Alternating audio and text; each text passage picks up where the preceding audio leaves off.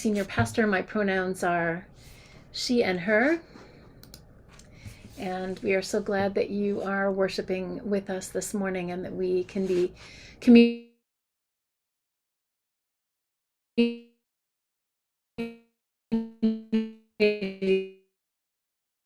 together on this dangerous and deadly thing for so many of our siblings, especially those targeted by white supremacy, Christian supremacy, violence disguised as religious conviction, especially our Jewish siblings, our Muslim siblings, and Black churches in this country. So today, as we gather, we hold the community, particularly of Congregation Beth Israel, a Jewish synagogue in Colleyville, Texas, in our hearts and our prayers, in our worship space. You may know that yesterday during their own holy Shabbat service, their rabbi and members of their congregation were taken hostage.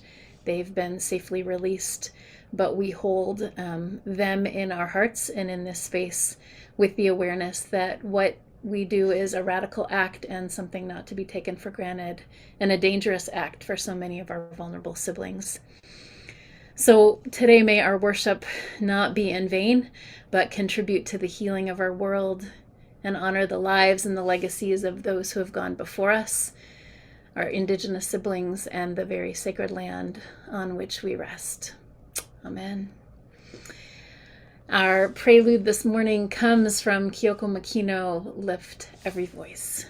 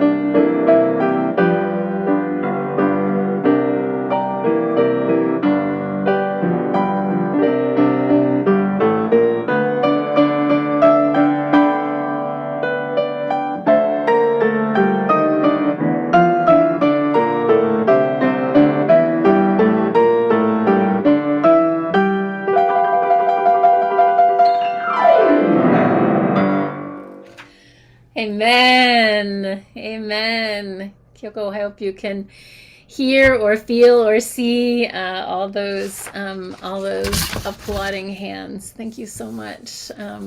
What a beautiful way to start worship. Before we begin our opening song, I wonder if there is one person who would like to be the leader line in our opening sentences. If we establish that now, then we can roll right into them after we, good, I see Ruth. Oh, I see your hand, and now I see your image. It's really good to see you. So Ruth, thank you. You can be the leader line when it comes around to our opening sentences. At this time, our opening song is "We Are Often Tossed and Driven," and we invite you to sing from wherever you are. Good morning. We're trying something new today, which is I'm singing this in the sanctuary while we're also playing Kyoko's accompaniment over Zoom. So this is part of our ongoing grand experiment of hybrid church. And I invite you to sing along best you can.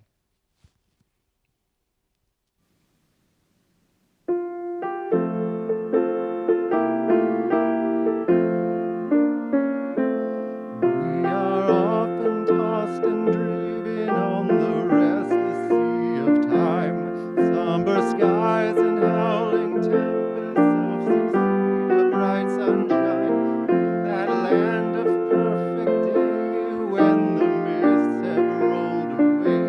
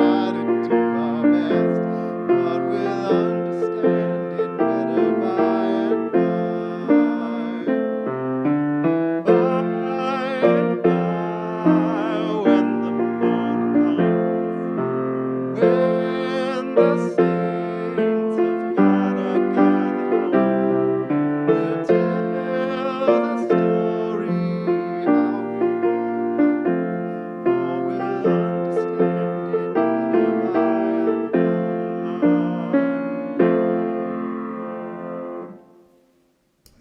by. Amen. That was an oldie. That was good to sing. Thank you so much. At this time, we will have our opening sentences. Incredibly profound words, as always, from Jan Richardson. And Ruth Benedict will be our leader. I will read the people line, and we invite you to join in those from wherever you are. Maker of the universe, fashioner of the stars, hear this prayer. If I have failed to perceive you when you have appeared in the face of a friend, if I have neglected to feed you when you have come with the hunger of a stranger, if I have not embraced you when you have sought me out of a sibling's poverty, if I have not laughed and played with you when you greeted me with the delight of a child, forgive me. make my heart a dwelling place ready to receive you, even in the bleakest spaces. To delight at your appearing, even as the animals who made welcome for the birth of wonder. Amen. Thank you, Ruth. At this time, we turn our attention to our announcements. There are lots of them. This is a full moment, so I hope you can both not only bear with us, but also take in these invitations, opportunities, as we go through our announcements. So to start out with, first, we are really grateful this morning for our worship team and the volunteers this morning. As we've moved into hybrid worship, things have gotten even more complex, have required much more labor and thought and training. So we are so glad this morning for those who are making this possible. Michelle Williams is our tech lead. Terry Roberts is behind the camera. Care Mesner, Jamie Stroud, Patty Fleetwood, and Becky Jamros are our ushers this morning. Jack Vandenberg and Heidi Fabian are our greeters. We are so grateful to all of you. A few folks who are interested in fundraising will be meeting after church today. If you're interested and available, you can join in at 12:30 at this link. We will also try to put this link in the chat in just a moment. So you can join us at 12:30 if you're interested in helping us close our budget gap and raise some much needed funds for the church. It's a really wonderful group of people who will be joining. Thank you. The link to that 12:30 meeting for fundraising is in the chat. Thanks so much.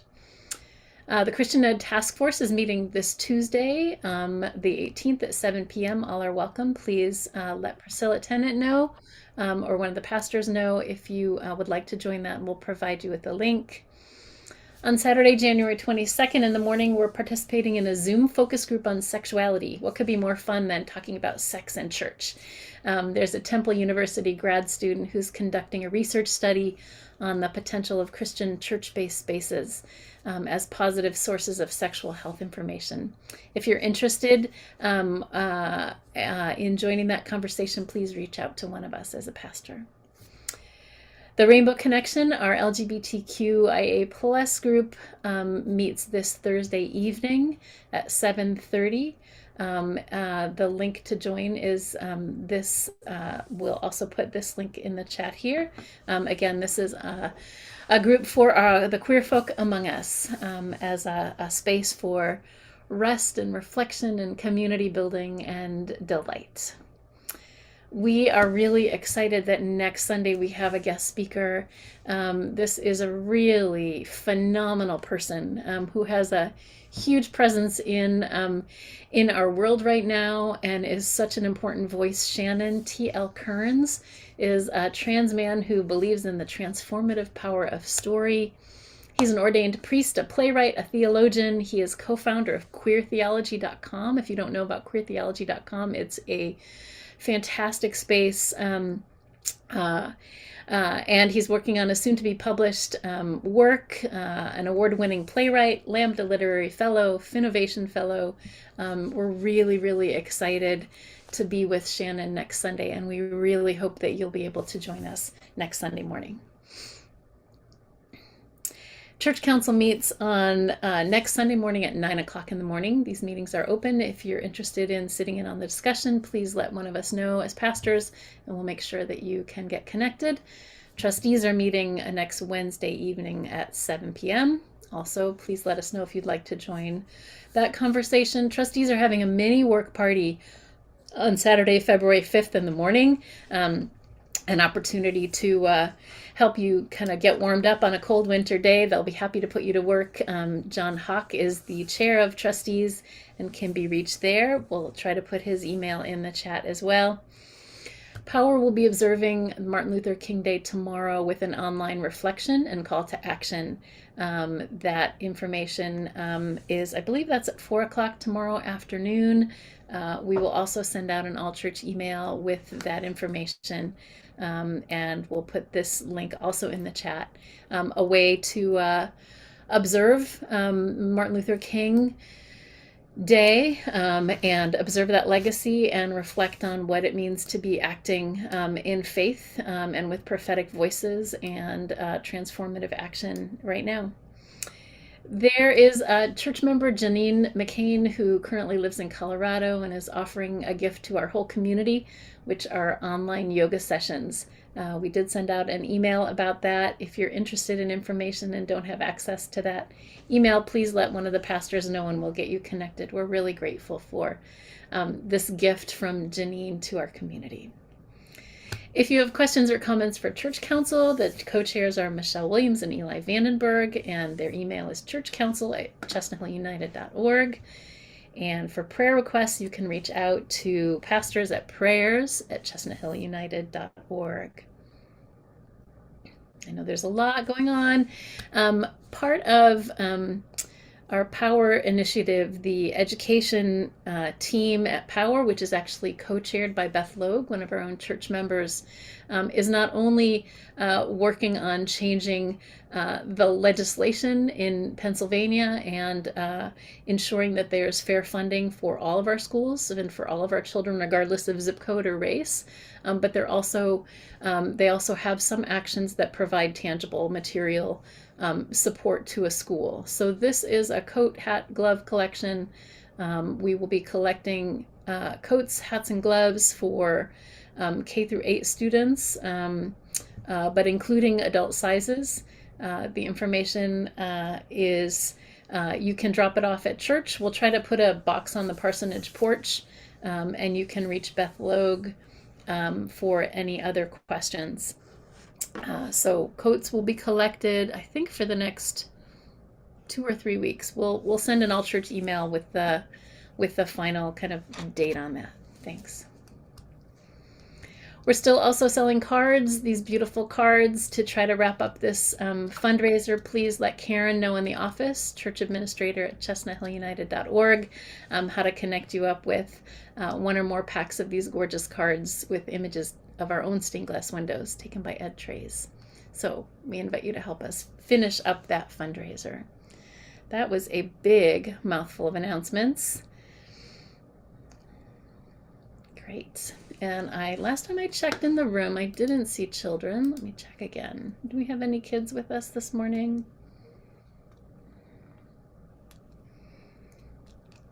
Okay, hopefully they're warm and cozy somewhere. But before we move on from this space, I just want to invite us to think about... Nope. Oh yeah, who's here? Juniper? Oh, we can't see very well. Oh, Juniper's here. Okay, great. Oh, yay. Oh, great. Okay. Hi, Juniper. And hi, Zinnia. Oh, I'm really happy to see you both. Ah, well, good. So Zinnia is like tripled in size. Hey, Zinnia. Juniper, can you just tell us how you are, what's going on, what you're thinking about, what you're busy with? We're really eager to hear how you're doing. What's your school? You've been out of school for a long time, right? Yeah. Did you say virtual school? Virtual school for 2 weeks. Oh my gosh. 3 months. 3 weeks. A lot of computer time, right? Oh, so Juniper, what's that like for you? What's virtual school like for you? I Is don't know. it hard to stay still? Well, yeah. There's like lots of other things to do. There's like, should I draw while I'm doing school? Should I do blocks and just listen? Or should I just stay where I am or something? Oh, and what do you find for you? What works best for you out of all those things? What works best for you? I try to stay where I am, but then when I find someone comfortable, I want to go there. But then I find someone else I want to go, and then I just keep moving around the house. Okay, okay. Well, I guess the good news about virtual school is you can move around the house, right? Yeah. Oh, boy, it sounds like you really have to figure out what works for your body, right? What works for yourself with virtual school because not everybody's going to be able to do it the same way and it's really hard. It's really Makes you hard. tired, right? Yeah. Yeah. So are you missing being in regular school? Yes. Yeah. What do you miss? I miss, well, my friends. Yeah. Well, good I go to my after school program. Yeah, so after school program. Okay. Diana goes to that on Fridays. She does. Yeah, seeing our friends on our screens isn't exactly the same as being able to play with them, is it? No. Yeah. Just talking to you. Well, It's not virtual schools. I'm really happy that I can see you on a screen this morning, and I'm really happy you're there, and I'm really happy to see Zinnia.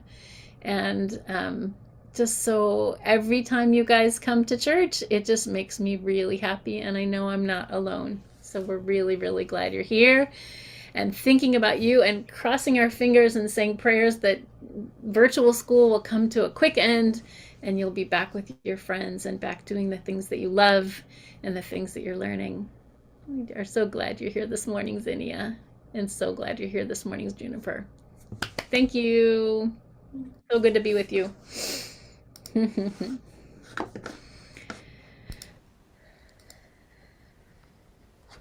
Great. Thank you. Good morning. My name is Priscilla Tennant. I'm an associate pastor here at Chestnut Hill United. My pronouns are she and her, and I feel super grateful to be joining you from the sanctuary. There are 5 of us here, a small but mighty team, and I haven't preached in the sanctuary in over 2 years, so I'm excited to be here in this physical space and so glad that technology allows us to join from wherever you are. In April 2021, 3 writers published an article in The Guardian called, "If Not Hope, Then What? The Musicians Finding Optimism in Dark Times." The piece of writing is described this way. Against the backdrop of COVID, a striking number of musicians, from hard rock to jazz, made music rich with positivity in a 2-part series. They tell their stories. Part 1 of the series featured 8 artists, including John Baptiste and Michelle Zauner from Japanese Breakfast, who I hope to get cool points from my teenagers just for mentioning. In the interviews, they explain in a first-person voice the circumstances they found themselves in that inspired their songs and their albums, what they were trying to convey. The piece of art itself the music video is embedded almost as evidence of their testimony. For my first reading, I'll read you one of those featured interviews and play the accompanying music video for you to watch. The artist featured is professionally known as Fred Again, who I had never heard of. If you happen to be a fan, forgive my ignorance. His full name is Fred John Philip Gibson. He is a 28-year-old British singer, songwriter, multi-instrumentalist, record producer, and remixer in the genres of pop, dance pop, house, and hip hop. Here's what Fred again had to say. People tell me I've made a joyful record, but to me it's devastating. The album, Actual Life, was impacted by the worsening illness of a very close friend. The song, Me Heavy, is the one that's most about death, but people say it sounds really hopeful. Perhaps I was subconsciously trying to find some sort of positivity while everything around felt tragic. Most of the really optimistic people I know have become like that after really challenging circumstances. The album is a diary of other people's moments in life. I recorded Carlos, a construction worker in Atlanta, saying, "Friend, we're gonna make it through." And he was a song just waiting for some music. Before, I wasn't so bothered about how my music resonated. Now, the meaningful messages I've had from people who've heard the album already and found it inspiring will stay with me forever. I'm proud to have had that effect. And now, here is the music video for the song, We've Lost Dancing. Fair warning, you may not be able to resist moving to the beat. Definitely a prophet. Fred again posted the following in a comment below the music video. Instead of looking at this video as a compilation of things you've missed, I'd really recommend looking at it as a compilation of things that are to come. Our second reading comes from Psalms 36, verses 5 to 10. Your love, O God, reaches to the heavens, your faithfulness to the skies. Your righteousness is like the mountains in their splendor, your justice like the great deep. Whether human or animal, O God, you keep us all in your care. How priceless is your love. Your people take refuge under the shadow of your wings. They feast upon the abundance of your house. You give them drink from the river of your delights.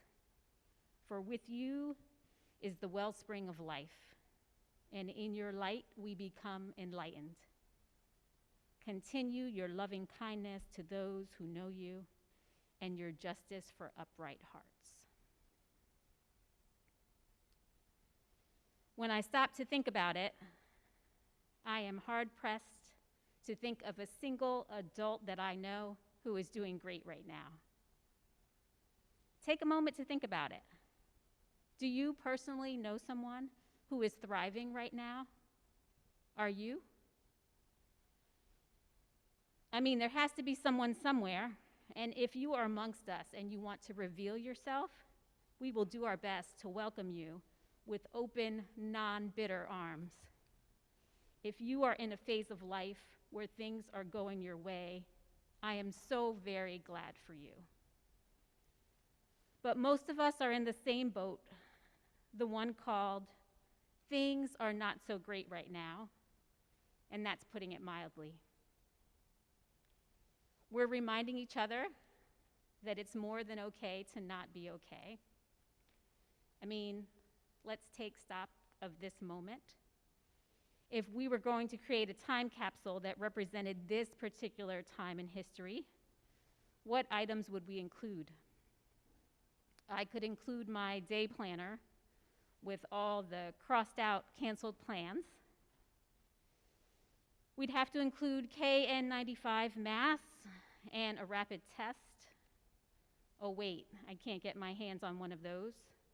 And if I could, it would be too precious to use as a sign of the times. And let's face it, many of us can't even afford them. Many of us would have to include funeral programs as we face losses at every turn. Might you include a few strands of the hair you pulled out last week when you found out that your kids were going back to online learning?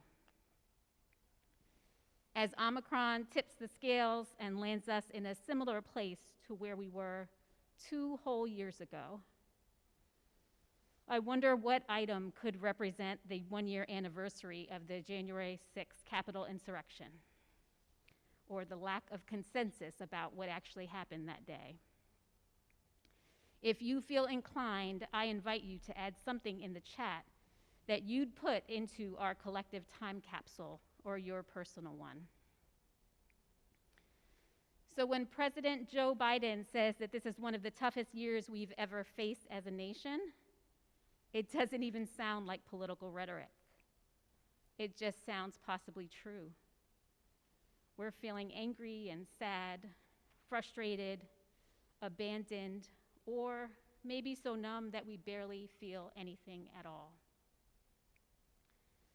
Dr. Martin Luther King Jr., whose birthday we celebrate as a national holiday tomorrow, knew something about struggling to feel joy. He reflected on this on a trip to India in 1959. He noticed that India is one of the few points in all the world where you can see the setting of the sun and the rising of the moon simultaneously. Not surprisingly, Dr. King turned this observation into a theological metaphor, saying, God has the light that can shine through all the darkness. We have experiences when the light of day vanishes, leaving us in some dark and desolate midnight. Moments when our highest hopes are turned into shambles of despair, and when we are victims of some tragic injustice and some terrible exploitation. During such moments, our spirits are almost overcome by gloom and despair, and we feel that there is no light anywhere. But ever and again, we look towards the east and discover that there is another light which shines, even in the darkness, and the spear of frustration is transformed into a shaft of light. As for me, I find myself at the start of this new year feeling low-grade despair, just as I recognize that I myself am carrying what Dr. King calls the spear of frustration. It's also time for me to develop and preach a sermon. Some of you may be surprised that not all of our sermons get delivered directly from on high through divine inspiration. Some get developed through Google searches from melancholy middle-aged women who enter the phrase, "If not hope, then what?" ? That's how I stumbled upon the article and music video from the first reading. The title of the article came from another featured artist, MC Taylor, the lead singer of an American folk music band called His Golden Messenger. Here's what MC Taylor had to say and how he came up with my sermon title and asked the same existential question that I have. And I quote, "If not hope, then what?" That is the essential question of being for me now. What is the alternative? I don't necessarily consider myself a rock of hopefulness. I don't think of myself as someone that can walk into a room and animate it with visions of unfettered joy and possibility. We've lost the hugs. However, as the father of 2 children, ages 8 and 12, who continually bear witness to the injustices of our world, I believe that part of my obligation to them is to offer a picture of the world while based in reality, interprets any small cracks in the forces that work against them, against us, as seeds of potential for a better world, one that is fairer and more just. Otherwise, how could I talk to them about climate change, or the murder of George Floyd by a cop, or the marshaling of untruth, racism, and xenophobia in pursuit of money and power all over the globe without breaking down? This type of hope has to be intentional. It takes work in the same way that a mindfulness meditation practice does. You do it enough, and you start to see sparks of hope in places you didn't expect them. You also notice the things that want to extinguish those sparks. So maybe quietly blowing it, though I certainly wasn't thinking of it as such when I was writing it, is in part a gathering of some seeds of hope, as well as a reckoning of the battles that we face. In other words, the sanctuary and the ways that those in power will break us on the wheel for our truth-telling. But if not hope, then what?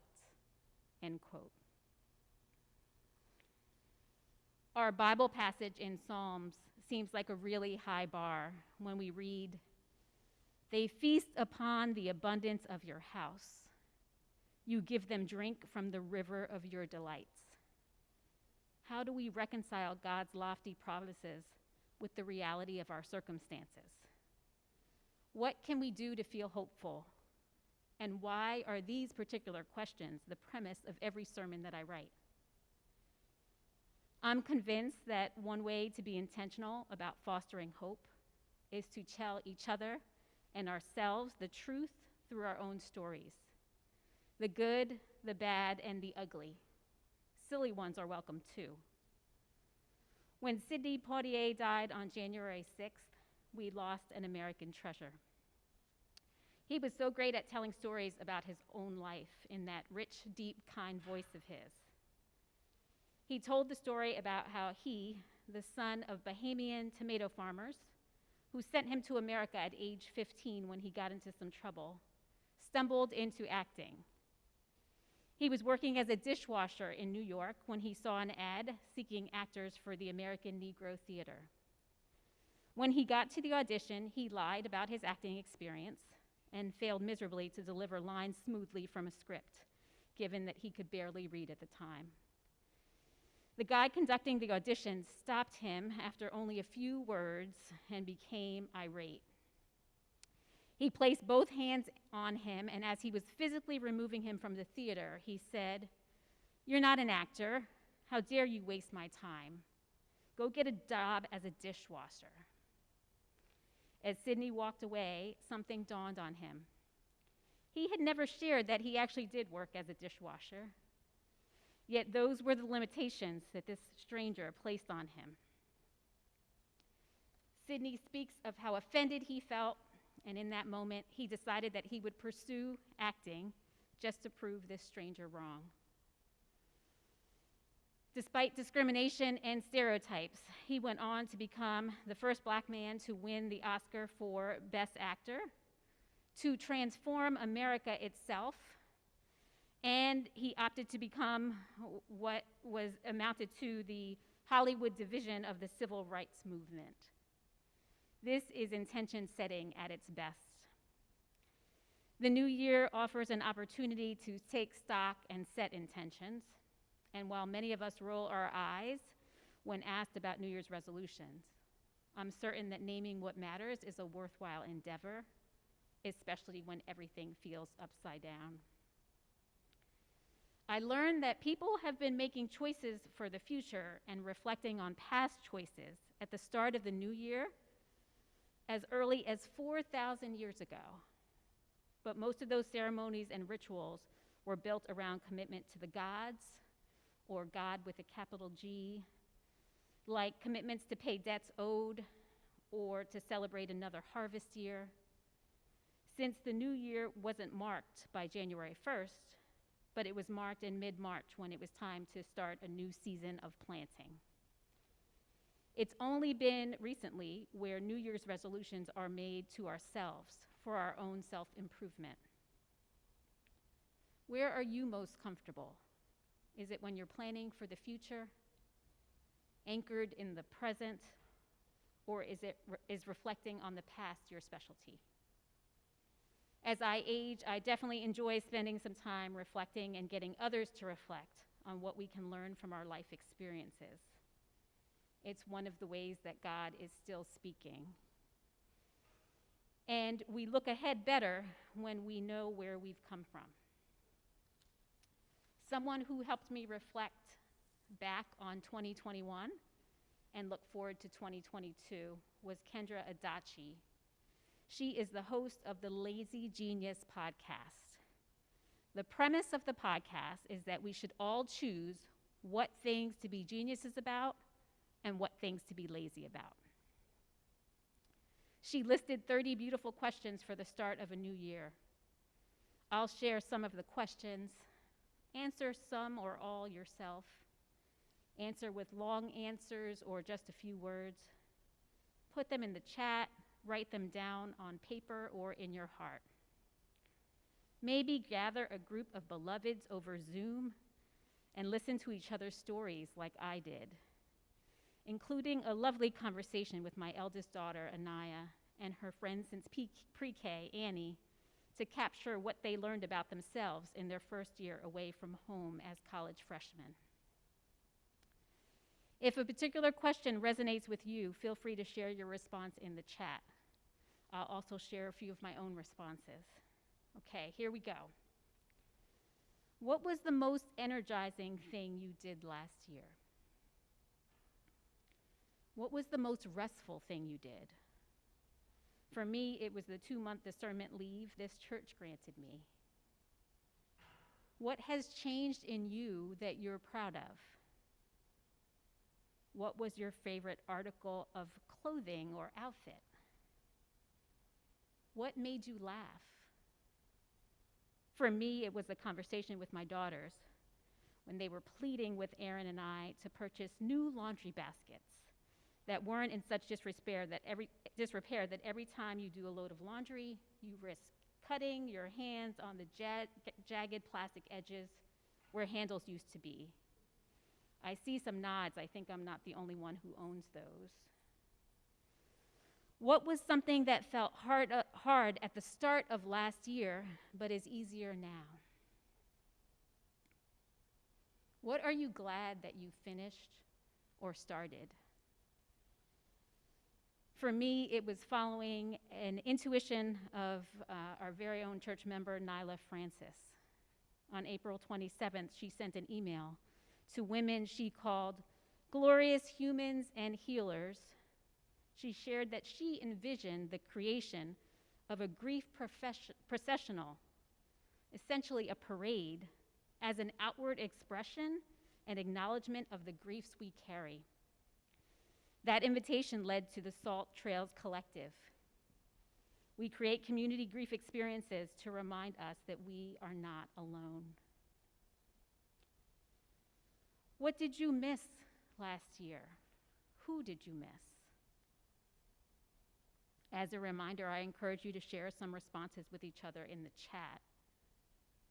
What made you feel like yourself? For me, it was exchanging Marco Polo videos with 7 beloved friends. What mattered most last year for you? Think about it. This is an easy one for me. Hands down, it was surrounding Lori, our mom, with love at the end of her life and soaking up all of the goodness she had to offer as a gift that will endure forever. What didn't matter as much as you thought it would? What did you learn about yourself? What habits, rituals, and rhythms do you hope for? What do you want to finish? What do you want to start? Based on last year, what advice would you give yourself moving into this new year? Finally, what do you think will matter most in 2022? Collectively, for us, it may be trying on what it feels like to not have Linda in our midst regularly, even as we mourn her daily presence. Kendra Adachi gives us instructions for setting intentions as a spiritual practice. Okay, she doesn't actually describe it that way, but I do. She reminds us that the way to be kind to ourselves and to avoid the trope of abandoned resolutions is to leave space for things to change. So here's the instructions that she recommends for the practice. You set an intention, then you lived with it until things shift. And then you incorporate that new reality and tweak the original or set a new intention. Talk with God about your goals and plans and try to listen for their voice and encouragement. You could even use Psalm 36 as a mantra of faith. Your love, O God, reaches to the heavens, your faithfulness to the skies. Your righteousness is like the mountains in their splendor, your justice like the great deep. Whether human or animal, O God, you keep us all in your care. How priceless is your love. Your people take refuge under the shadow of your wings. They feast upon the abundance of your house. You give them drink from the river of your delights. For with you is the wellspring of life, and in your light we become enlightened. Continue your loving kindness to those who know you, and your justice for upright hearts. Getting back to the instruction manual for setting intentions as a spiritual practice. Celebrate when you meet even the smallest milestone, and be kind to yourself when you don't. Let's lean on each other to find some sort of positivity while everything around us feels tragic. Reminding each other of what Carlos, the construction worker from Atlanta, said in that music video. Friends, we're gonna make it through. I too want to be a song just waiting for some music. To quote MC Taylor again, this type of hope has to be intentional. You do it enough and you start to see sparks of hope in places you didn't expect. And maybe more importantly, you start to notice the things that want to extinguish those sparks. This noticing gives us the opportunity to organize ourselves against oppressive forces. Because to quote Reverend Dr. King again, we know through painful experience that freedom is never voluntarily given by the oppressor. It must be demanded by the oppressed. Great things often happen in the wake of loss and suffering. When we're not strong enough ourselves, we must find others to tend to our fragile hearts so that we might be each other's sanctuary. And sometimes we have to find the courage to walk away from situations that negate our joy. When we encounter someone who is feeling hopeless, we can remind them that God's love reaches to the heavens and God's faithfulness reaches to the skies. When they can't hope for themselves, we can be hope for them. If we can just live through the next 6 months, day by day, what comes next will be marvelous, because it has to be. But if not hope, then what? This is God's good news. Amen.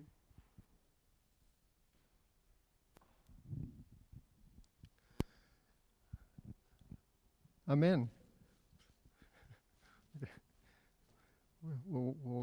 There we go. Thank you. It's going to hurt my knees if I had to bend down to be in the frame. Thank you. At this time, we will share the stuff of our lives with one another and hold it all in prayer. I invite us first to sing together. We'll sing one time through our sung prayer response, which again, Kyoko has recorded for us, and we can sing along with that.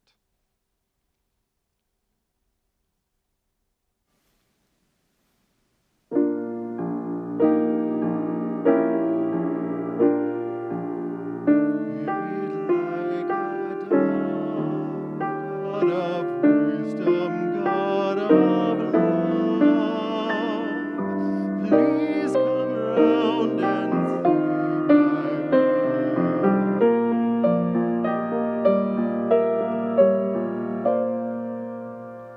way. And as we've been practicing, those of you who are joining us on Zoom, which is almost everyone, can raise your hand, and our usher who of the congregation invites the bringing of ourselves.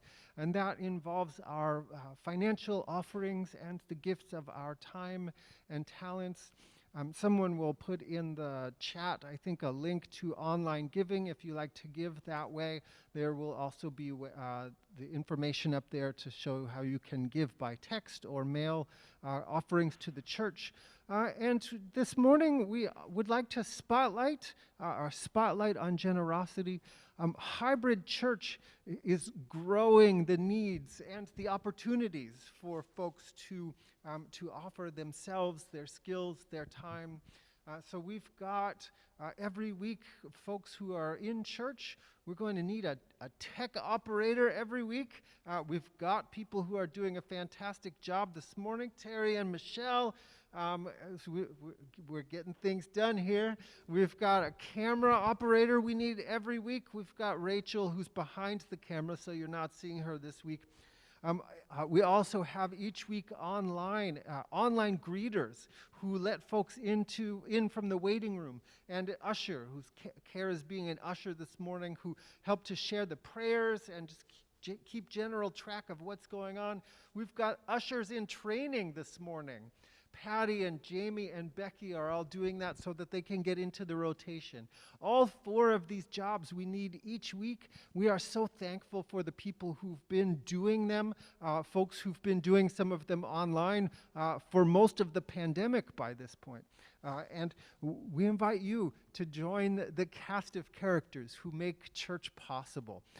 If you would like to explore any of these roles, you can get in touch with me, and I'll make sure that you get in the loop. So thank you. And at this time, we'll sing our closing hymn, which again Kyoko has recorded, and we'll all sing along.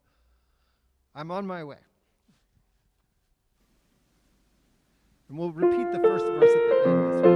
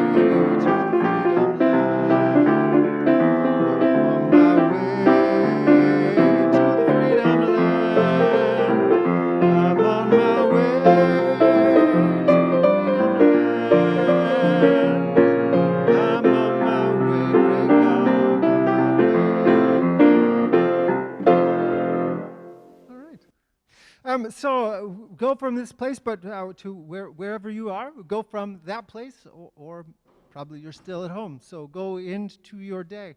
A reminder that some folks who are interested in thinking through fundraising to help us meet some budget needs will be joining online in a separate Zoom room today at 12:30 to give a little bit of a time for break, to catch your breath, get a little bite to eat or whatever. Anyone who's interested in being part of that conversation is welcome to join us, and maybe someone can put that link in the chat again so folks have it handy. Go from this place, go into your day, whether that day feels blah, whether it feels weighty, whether it feels like you've got some much needed rest coming up. Go into it, whatever it is, setting your intention today to live in hope. Because if not hope, then what? Go in peace. Amen. And you're welcome also to come off mute now and say hi to each other.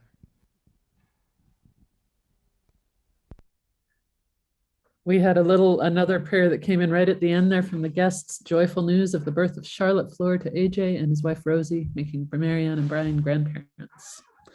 Just sharing in that joy.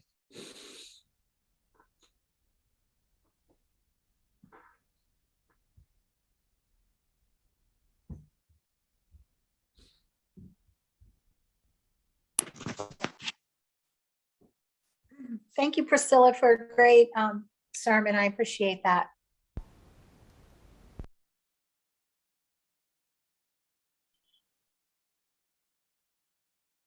Blessings, everyone. Be well.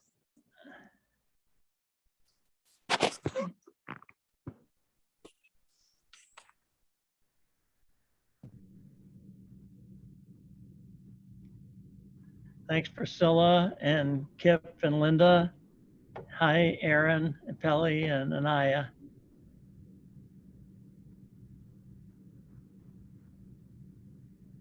Priscilla, you had me literally dancing in the kitchen. I was like, oh my gosh, she brought house music to the sermon. Like, yes. I loved it.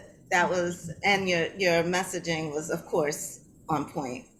Thank you so much. Just the message I needed to hear today, and I needed to get my dance on. So thank you.